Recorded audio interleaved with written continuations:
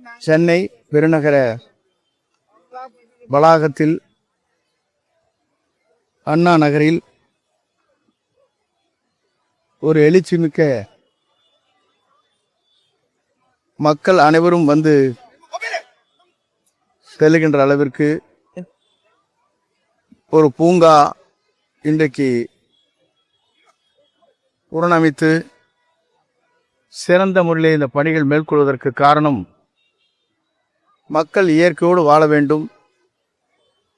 மக்களுக்கு ஓய்வு எடுக்கின்ற நேரத்தில் பெரியவர்களும் குழந்தைகளும் இளைஞர்களும் இதை வருகை தந்து இதை பயன்படுத்தி கொள்ள வேண்டும் என்ற முறையில் தமிழக வெற்றிக் கழகத்துடைய தலைவர் தளபதி அவர்கள் இன்று தமிழகத்தை ஆளுகிற போது தமிழ்நாடே ஒரு மாற்றத்தை உருவாக்க வேண்டும் என்ற நோக்கத்தோடு தான் பல்வேறு திட்டங்களை நாளொரு பேணியும் பொழுதுரனுமாக அறிவித்து வருகிறார். குறிப்பாக சென்னை பெருநகர பகுதியிலே வாழுகிற மக்களுடைய நலன் கருதி இன்று அண்ணா நகரில் ஒரு பொலிவான சிறப்பான எழுச்சிமிக்க ஒரு பூங்கா இங்கே அமைக்கப்பட்டிருக்கிறது.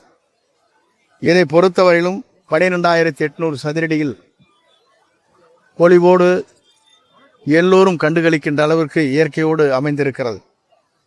இதற்கான செலவுகளை மாநகராட்சியின் மூலமாக 2,95,00,000 ரூபாய் நிதிகள் செலவு செய்து பராமரிக்கப்பட்டு புதிய பொலிவோடு இங்கே காட்சியளிக்கின்ற காட்சியை நாம் காணுகிறோம். அது மட்டுமல்ல, இங்கே வந்து செல்கின்றவர்களுக்கு சிறந்த கழிப்பட வசதிகளை தனியார் மூலமாக இங்கே உருவாக்கப்பட்டிருக்கிறது. விமான நிலையத்தில் எப்படி இருக்கிறதோ அதை போல இந்த பூங்காவில் அது அமைந்திருப்பது என்பது தனியார் இதற்காக முன்வந்து இந்த பணிகளை மேற்கொண்டிருப்பது உண்மையிலேயே பாராட்டக்கூடிய ஒன்று. அவர்களுடைய வாழ்த்துக்களை நான் தெரிவித்துக் கொள்கிறேன். நகராட்சியினுடைய ஆணையர், துணை ஆணையர், நகராட்சியினுடைய பொறியாளர் அனைவரும் நம்முடைய சட்டமன்ற உறுப்பினருடைய வேண்டுகோளை ஏற்று சிறந்த முறையில் இந்த பணிகளை மேற்கொண்டிருக்கிறார். அவருக்கும் என்னுடைய வாழ்த்துக்களை நான் தெரிவித்துக் கொள்கிறேன். ஒரு அரசு என்ன செய்ய வேண்டுமோ அந்த கடமைகளை உங்கள் சட்டமன்ற உறுப்பினர்கள் இரவு பகல் பாராமல் அந்த பணிகளை ஆற்றி வருகிறார். அவருக்கு வேண்டிய நெஞ்சார்ந்த வாழ்த்துக்களை நான் முதலே தெரிவித்துக் கொள்கிறேன். எல்லோரும் இணைந்து அந்த பணிகளை மேற்கொள்கிற போது அதற்கு உறுதுணையாக கழகத்தின் நிர்வாகிகள் அத்தனை பேரும் ஒருங்கிணைந்து அந்த பணிகளை மேற்கொண்டு வருகிறார். அதனுடைய மகிழ்ச்சியும் பாராட்டுகளையும் நான் தெரிவித்துக் கொள்கிறேன். குறிப்பாக இப்படிப்பட்ட பூங்காக்கள் அமைவது மக்கள் ஓய்வு பெறுகிற போது ஓய்வெடுத்துக் கொள்வது மட்டுமல்ல, முதியவர்கள் ஒருவருக்கொருவர் உரையாடுகின்ற நிகழ்ச்சியும், அதே நேரத்தில் உடலை பேணி காப்பதற்கு சரியான இங்கே அவர்களுக்காக பாதைகளை அமைத்து உடல்நலம் குன்றாமல் இருப்பதற்கு நடைபாதைகள் இங்கே அமைக்கப்பட்டிருக்கிறது. குழந்தைகளுக்கு தேவையான விளையாட்டு அனைத்தும் இங்கே குழந்தைகள் அதிலே கண்டுகளிக்கின்ற அளவிற்கு உருவாக்கப்பட்டிருக்கிறது.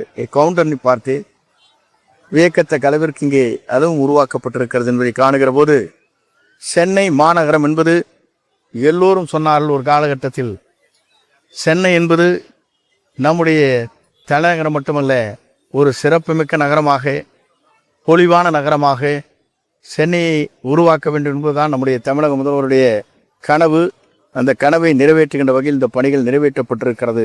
ஆகவே என்னுடைய வாழ்த்துக்களையும் பாராட்டிலும் தெரிவித்துக் கொள்கிறேன். சார், நெய்வேலி கடல்நீர் சுத்திகரிப்பு நிலையத்தில் முன்னாள் முதலமைச்சர் மு க ஸ்டாலின் பெயரை கல்வெட்டை மீண்டும் வைக்கலன்னா திமுக போராட்டத்தை முன்னெடுக்கும் அப்படின்ட்டு இந்த தினம் முன்னாள் அமைச்சர் தாமோ அன்பரசன் சொல்லியிருக்காரு. சார், அது ஒவ்வொருடைய கருத்துக்கள் வேறு. ஒரு அரசு வருகின்ற போது அந்த அரசு செய்கின்ற திட்டங்களை நிறைவேற்றி இறுதியில் எந்த பணிகளை முடிக்கிறார்களோ அந்த பணிகள் முடிக்கின்ற போது அதற்கு பொறுப்பேற்றிருக்கிற அதை துவங்கி வைக்கிற முதலமைச்சர் தான் அதில் இடம்பெறுவார்களே தவிர இதுவரையிலும் இருக்கின்ற நிலைப்பாடுகள். ஆகவே இந்த நிலைப்பாடுகளை மாற்றி உருவாக வேண்டும் என்று அவள் விரும்புவது என்பது இதுவரையிலும் இல்லாத ஒன்று.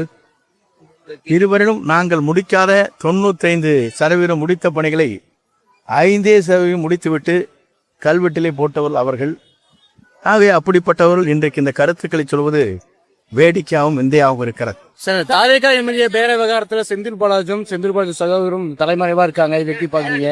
அடுத்த எம்எல்ஏ பொதுவாக எங்களை பொறுத்தவரையிலும் எங்களுடைய சட்டமன்ற உறுப்பினர்களை விலை பேசுவது, குதிரை பேரம் நடத்துவது என்பது தமிழ்நாட்டின் வரலாற்றில் ஒரு ஆட்சி அமைந்ததற்கு பிறகு இந்த ஆட்சிக்கு பல்வேறு கருத்துக்களை சொல்ல வேண்டியவர்கள் நல்ல கருத்துக்களை சொல்லி நாட்டு மக்களை எதிர்க்கட்சி வரிசையிலே அமர்ந்து கொண்டு பேச வேண்டியவர்கள் இந்த பணிகளை ஆற்றியிருப்பது என்பது ஒரு வெட்கக்கேடான விஷயம்.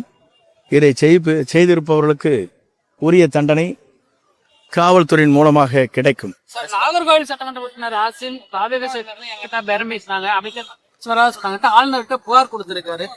இதெல்லாம் வேண்டுமென்றே குற்றச்சாட்டுகள் சொல்வது.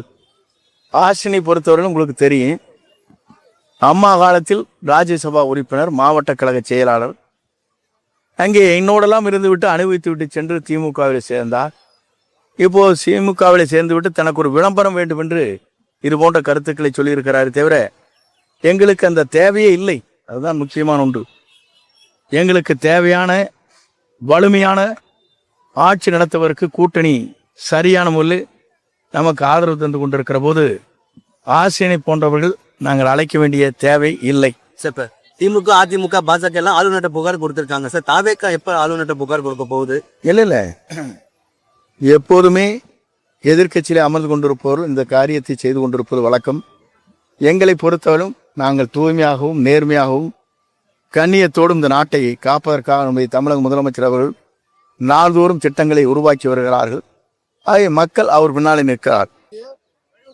சென்னை பெருநகர வளாகத்தில் அண்ணா நகரில் ஒரு எழுச்சிமிக்க மக்கள் அனைவரும் வந்து